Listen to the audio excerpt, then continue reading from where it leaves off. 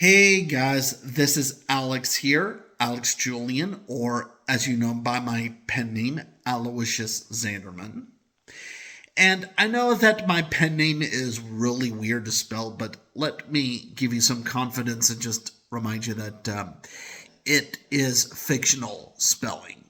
The grammar itself is fictional, it's not real grammar. Yeah, definitely in a lot of fiction and poetry and fantasy, grammar is not always real in a work of literature. It's not like grammar in a science textbook for physics. Poetry and fantasy and fiction and science fiction even can just have so much fake and false grammar that's just funny and pleasing to look at. So I hope you don't mind. In case teachers are wondering if I'm correct or not, I would tell them, well, actually, unfortunately, I am correct. Sorry. But I am reviewing a video game today. For my Nintendo Switch, and it's a game called StarFox. And as you could tell from my dress here for the audience, you could tell that I am something of a stage performer for my review of StarFox for the Super Nintendo. Because StarFox, at least at some point in the past, used to be an important classic for the Super Nintendo.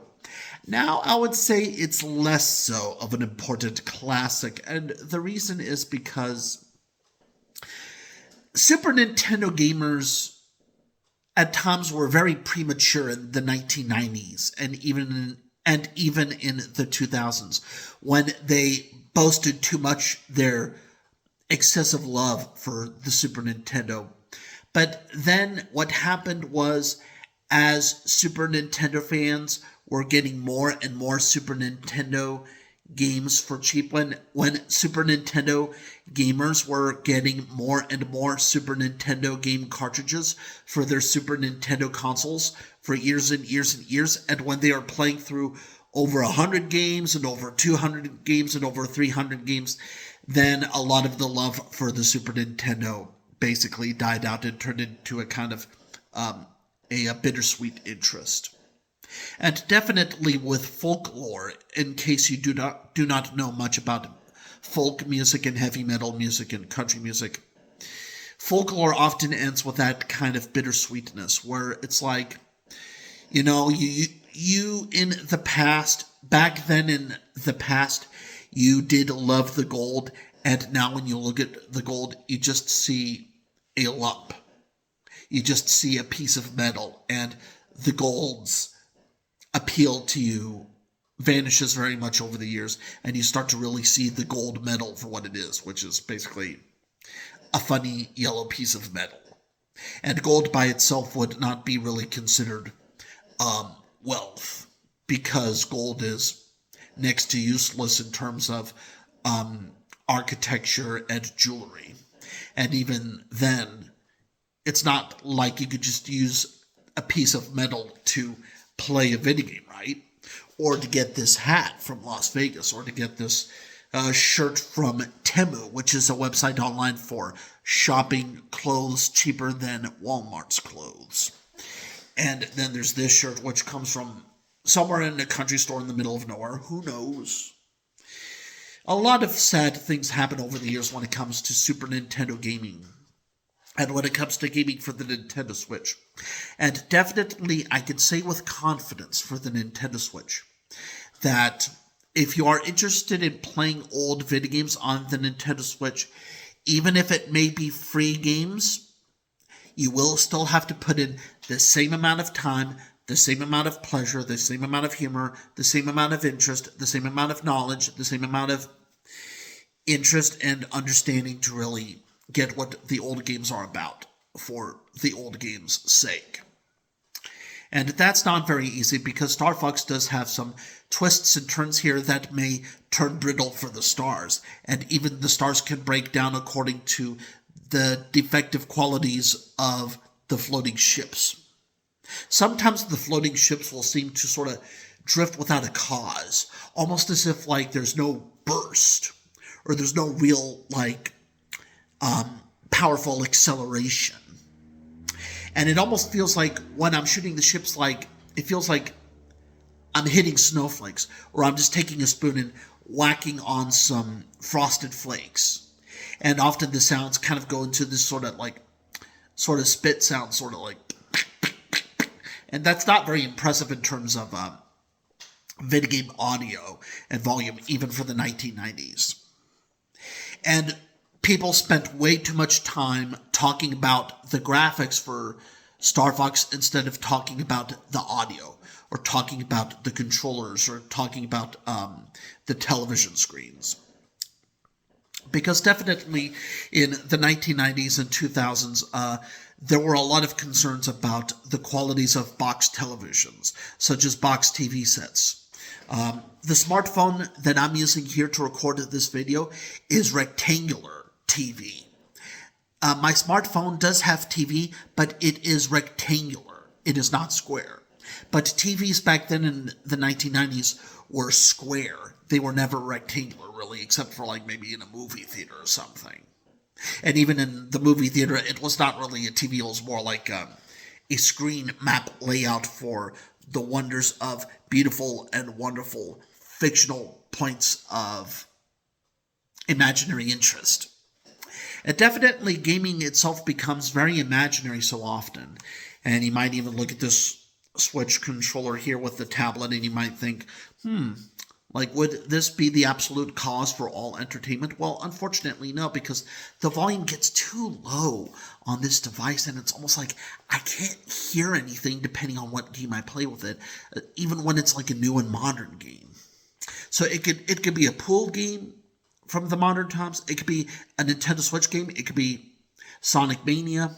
It could be Cruisin' Exotic. It could be Streets of Rage 4, and the volume on this puppy could just feel so low to the point that the ground seems to be sinking under my feet, and my ears almost pop out of nowhere into permanent silence, and it seems like the volume cannot be adjusted into any kind of alternative advantage. And I think Nintendo really overcompensated. I think Nintendo overcompensated on that whole we must prepare this device according to our natural hearing stuff. And Japan itself is a country that does have a little bit of too much appreciation for naturalism. Because I know that things in nature can appear to have wonders for us because of natural effects and natural substances. But we will eventually have to get into artificial ingredients. We will have to get into artificial technology. I mean, don't you look at this device and think somehow that this would be an artificial ingredient in some way? I would say in a lot of ways, yes, this Nintendo Switch console would be almost very much like an artificial ingredient in a lot of ways. And I think Nintendo kind of forgot about that, and like, they even, like, before I was doing my reviews on the internet, even before I did, Nintendo, before I did any reviews on the internet, they somehow got to thinking that there was more nature to the Nintendo Switch than there really was. A lot of the Nintendo Switch is artificial and not natural.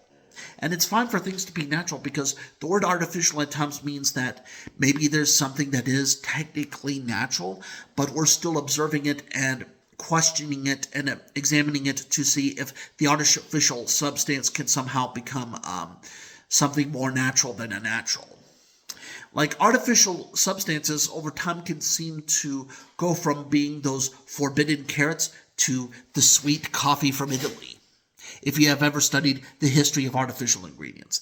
And I hate to say this, but if your knowledge is only based on politics or education, you've made yourself worthless. Yeah, go away. You know, my review is more important than your basic ignorance, you know? Like, yes, I know that Red 40 is bad for you. You know, I know that a teacher holds a ruler. I know that a politician has a suit. I don't care. This is the Nintendo Switch with intricate, complicated, and very marvelous technology for the high-definition future. Although the problem is you can have excellent high definition with a questionable game or with a lower temper of fun. And definitely there are those moments when, for StarFox, it seems like my temper can sort of be gone in the clouds and gone in the sky when it really should be on my feet to the wonders of the wings to my ship. And it can almost seem like when I crash that it doesn't really feel like a crash, even compared to Galaxian for the Atari 5200, which was a wonderful game by Atari released in like the early 1980s. So definitely StarFox was making it seem sort of at first like it was a modern technology for the future, when really it was more like just a humorous gimmick by nerdy Super Nintendo fans who read magazines too much.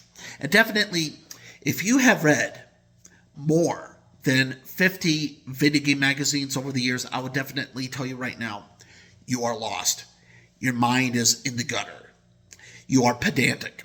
You are nerdy and pedantic into unnecessary video game trivia, to the point that you would start to think that that 25-cent token from the arcade was really the golden coin you were searching for in the lost realms of Salt Lake City. Almost as if like you were back in the gold rush, but more ignorant than a stupid cowboy. And unfortunately, there are too many gamers with that kind of backwards technology where it was like, it was the gold rush sort of happening again, but it was like they got worse than what their ancestors were before, and they got into this kind of reckless atheism with irrelevant points of interest for modern technology. And unfortunately, StarFox does at least leave an important message for us, and we will remember StarFox for that. You take care.